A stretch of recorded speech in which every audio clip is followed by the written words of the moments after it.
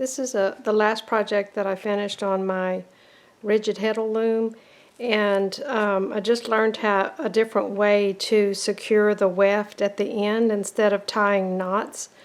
With a larger gauge yarn like this, I never could really get neat knots, so I thought it was kind of neat, and it reminds me of friendship bracelets. And I think there's several ways you can do it, but this is how I did that one. This project I just finished on the PVC loom, and I decided to go ahead and do a video on what I learned on tying or securing the weft. After I removed this from the loom, I secured the bottom, the last pick on there, because it's not as tight as the rest of them, and you need it to be pretty clear on here when you're doing this. That's just my cut end, and I'm going to clip that later. But I steamed this to block it just a little bit so that this wouldn't keep slipping out of place, because I'm going to start on one end and go to the other, and it can start sagging in the middle. So I did steam it so that it would help it to stay in place. So when you're working from right to left, this is the way I did this other project. Again, there's several knots that you can use on this. And I believe from what I learned on the friendship bracelet videos that I watched, that the knot I'm fixing to do is, I think they call a reverse stitch. And I'm going to use 3 strands, and you make the rightmost strand like the letter P, and most of the time you're only doing this with 2 strands, but I'm going to do 3, and then you pass that end through that, and then you tighten it up. Now we're going to get rid of this strand, and then we're going to pick up the next strand, which is the warp thread that's next in line. That's why you really want to comb this out and follow along, so you make sure you're getting these warp threads in order. With a thinner yarn it might be a little hard to tell, but I see that my green is the next one. Plus I knew that I warped my loom with 2 browns, 2 greens, 2 browns, and so on.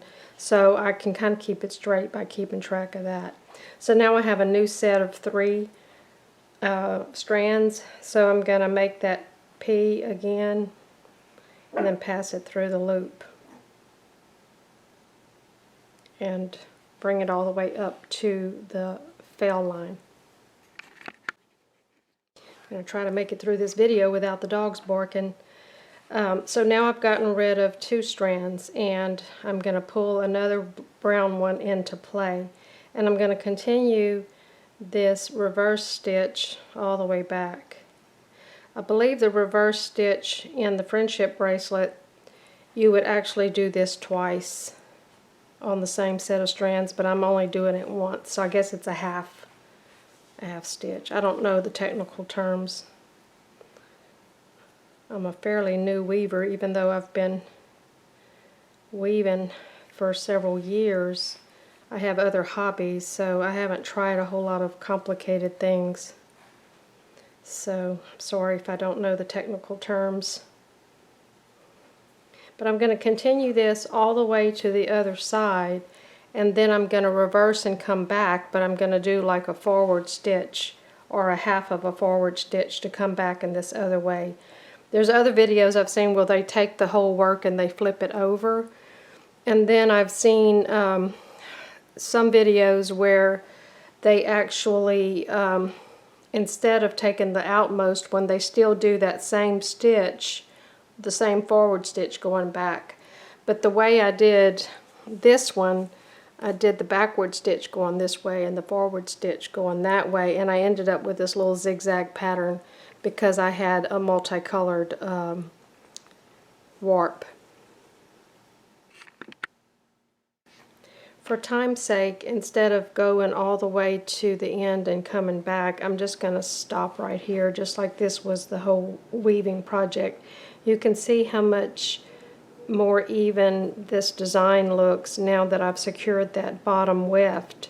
These are still a little loose in here, and so it does fix the design and it secures everything. And then you can come back and steam it later. You can also keep going back and forth in any design you want. I thought it would be neat to warp the loom using a friendship bracelet pattern and then finishing off with a fringe that mimics a friendship bracelet, but that's something I may test out later. But for now, I'm going to do it this way.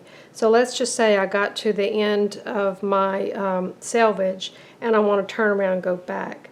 To do the reverse stitch or the forward stitch, I'm going to take this outside, the leftmost, and make it look like a 4, and then pass that through and then cinch that up, and I would continue all the way back, and that's how you would do all the way to the end and back and forth until you've gotten as many rows as you want.